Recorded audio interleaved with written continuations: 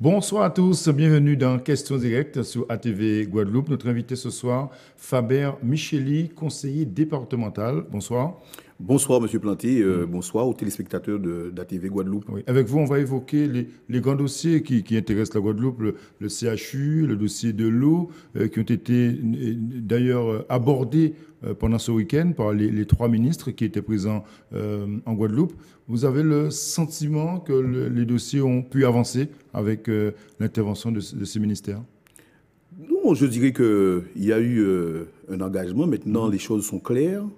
On sait où on va, on sait l'engagement de l'État, parce que c'est vrai que l'exécutif régional nous avait annoncé, au-delà même du plan d'urgence, 400 millions d'euros de la part de l'État. Le dossier de l'eau. Pour le dossier de l'eau. Donc aujourd'hui, effectivement, il y a un engagement de 7,7 millions d'euros pour le plan d'urgence au niveau de l'État. Et donc maintenant, l'État veut diligenter une équipe d'experts aux côtés de nos techniciens pour pouvoir élaborer un plan quinquennal. Et donc, voilà en gros. Donc, on ne peut pas dire dans l'ensemble qu'on n'est pas, comment dirais-je, qu'on n'est pas satisfait. On est satisfait, mais en tant qu'élu, moi, j'attendais qu'il y ait eu un engagement d'ores et déjà très fort, parce que l'eau est vitale. L'eau, lorsqu'on n'a pas d'eau, c'est difficile, c'est dur. Et donc, moi, je suis un élu, mais ça m'arrive, comme tous les Guadeloupéens, de ne pas avoir de l'eau chez moi. Et donc, c'est un minimum, mais avec le plan d'urgence, donc on va quand même stopper les tours d'eau. Oui, selon vous, il fallait encore aller plus loin, sans doute. Mais être plus précis, plus d'engagement, probablement, au niveau de l'État. Mais donc, on va se contenter des 7,7 millions d'euros à court terme pour le plan d'urgence, pour qu'on puisse cesser les tours d'eau. Et donc, pour le plan quinquennal, donc on va voir pour la suite l'engagement de l'État. Oui. On a entendu la ministre des Outre-mer, Annick Girardin, l'a dit concernant la crise au CHU. Elle a expliqué que la crise avait été mal gérée par la direction même de l'hôpital. Mais aujourd'hui, avec beaucoup de recul, donc je dirais qu'il faut qu'on puisse, dans pareille situation, adopter le principe de précaution. Et donc aujourd'hui, Madame le ministre veut diligenter une équipe d'experts. Donc c'est tout aussi bien de manière à ce qu'on puisse avoir le maximum de diagnostics pour que demain on puisse prendre une décision, je dirais, la plus proche possible de la réalité du CHU. Parce que ce dossier justement du CHU, les élus, d'une manière, en disant ça, Annick Girardin aussi pointe du doigt les élus, parce qu'il y a des élus qui sont à la tête du conseil de surveillance du CHU. Les élus aussi sont, quelque part, ont leur part de responsabilité aussi. Tout à fait, les élus ont leur part de responsabilité. Il y a un conseil de surveillance. Mais comme je dis, il y a eu beaucoup de concertations, beaucoup de réunions, notamment avec les partenaires sociaux. Et donc, probablement, le moins de mal a été choisi. Maintenant, a été adopté. Maintenant, il faudrait, bien entendu, comme je dis, rester dans le principe de précaution, attendre les experts, le diagnostic, et pour savoir qu'est-ce qu'on va faire. Mais en tout cas, on ne peut pas laisser le CHU universitaire de la Guadeloupe dans cette, je dirais, dans cet état-là. Donc il faut faire quelque chose, il faut réagir vite dans l'attente de la construction du nouvel hôpital. Oui. Faber Micheli, d'une manière générale, sur la politique même menée depuis l'arrivée d'Emmanuel Macron, quelle analyse faites-vous, quelle vision avez-vous? Est-ce que vous avez le sentiment que l'outre-mer, et particulièrement la Guadeloupe, avance dans cette politique ou pas? Je dirais qu'il y a probablement une réactivité par rapport aux événements, notamment l'ouragan de Saint-Martin, notamment Maria au niveau de la Guadeloupe, au niveau de l'incendie du CHU. Donc je dirais qu'il y a eu le gouvernement, en tout cas le président, s'est manifesté assez rapidement. Maintenant, comme on dit, nous sommes en urgence. Et donc en urgence, il faut bousculer les procédures, il faut aller plus vite. On attend que le gouvernement puisse aller plus vite, davantage sur les dossiers, qu'on puisse avancer. Et donc, voilà. Donc, au niveau de l'engagement, au niveau de l'outre-mer, donc je dirais que c'est à peu près pareil que tous les gouvernements qui se sont succédés. On peut accélérer, par exemple, en situation de crise, par exemple au CHU, on peut accélérer la construction du CHU, par exemple, réduire sous le nombre d'années d'attente. Est-ce que c'est possible? Oui, donc là maintenant, après, c'est le gouvernement, l'État, à prendre les décisions pour pouvoir bousculer les procédures. Donc en ce qui concerne au niveau localement, donc je pense que nous, au niveau des élus, nous ferons tout pour pouvoir faire en sorte que les choses aillent vite. Parce qu'on ne peut plus attendre.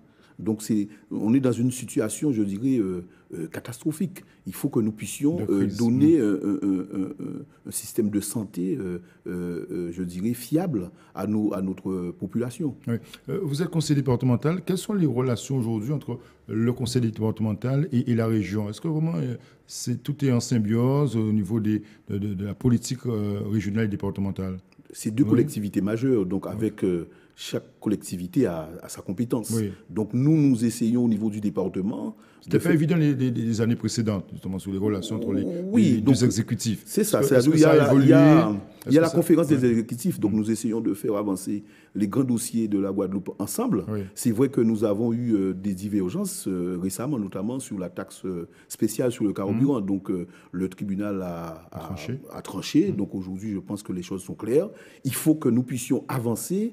Mais dans la main, les deux collectivités, au-delà des divergences politiques ou de clivages politiques, parce qu'aujourd'hui, il faut que la Guadeloupe avance. Nous avons trop de retard. Nous avons trop de retard. Donc aujourd'hui, il n'y a pas, comment dirais-je, au niveau de la Guadeloupe, n'a pas une couleur politique, ni, je dirais, la Guadeloupe n'est pas clivée. Donc aujourd'hui, nous devons avancer sur les grands dossiers. Nous n'avons pas d'élection. En 2018. Donc il faut qu'on puisse avancer sur tous les grands dossiers, le dossier de l'eau, le dossier de la santé avec le CHU, le dossier de la déchetterie, tout ça, etc. Il faut qu'on puisse avancer, il faut qu'on puisse travailler ensemble au niveau des élus parce que la population guadeloupéenne attend cela de nous, que nous puissions travailler ensemble. Vous êtes également président du SDIS, service d'incendie et de secours, départemental d'incendie et de secours. Quelle est la situation aujourd'hui? Fut un temps où c'était un peu compliqué. Est-ce qu'il y a une avancée justement dans l'amélioration des conditions de travail, également les constructions de casernes? Ça avance, ces dossiers? Le dossier du SDIS avance. Donc, il faut savoir aujourd'hui que nous sommes toujours à budget contraint. Et le département a augmenté de 1% le budget consacré cette année, donc est passé de 23,9 millions d'euros. Et aussi en investissement, on est passé à 1,5 million comme d'habitude en investissement, plus 700 000 euros parce que nous devons commencer notre programme de construction de casernes. Notamment cette année, on va commencer la construction de la caserne de Pointe-Noire. Et aussi là, nous allons poursuivre par la suite avec la construction d'une caserne à Jarry. Et donc, donc je profite de l'occasion pour remercier... Qui date. Je profite de l'occasion pour remercier le maire de Bémao qui a mis à notre disposition un terrain. C'est pour quand précisément, justement, cette caserne à Jarry? Parce qu'il y a une date butoir. Ça nous que pour l'instant, ce qu'il faut se dire, c'est que 2018, c'est Pointe-Noire. Et donc après, Jarry, on verra. Non, pas on verra. C'est-à-dire à partir de 2019, on va continuer notre programmation parce que on a une programmation jusqu'à 2020. On a un projet jusqu'à 2020. Il y a des confortements, des travaux de confortement sur Petit-Bourg, sur Bouillante, et donc un peu partout. Au niveau de la Désirade, nous allons commencer les travaux de reprise de la toiture de la caserne de Désirade. Nous continuons notre effort au niveau du SDIS et je dois vous dire que durant l'année 2017, nous avons recruté environ 9 sapeurs-pompiers professionnels par voie de mutation. On a recruté 2 personnels PATS et nous avons un concours en 2018 pour recruter des sapeurs-pompiers professionnels. Et donc, c'est 30 sapeurs-pompiers professionnels que nous allons recruter. Donc le SDIS se structure. Le SDIS se structure, le SDIS avance au niveau de le SDIS Guadeloupe avance. Parfait. Merci. On verra pour la caserne de Jarry d'ici 2020. On verra. D'ici 2020, donc la caserne de Jarry sera en construction. Merci beaucoup Fabien Micheli d'être venu ce soir sur ATV. Merci de nous avoir suivis chez vous. Bonne soirée sur ATV. L'info continue.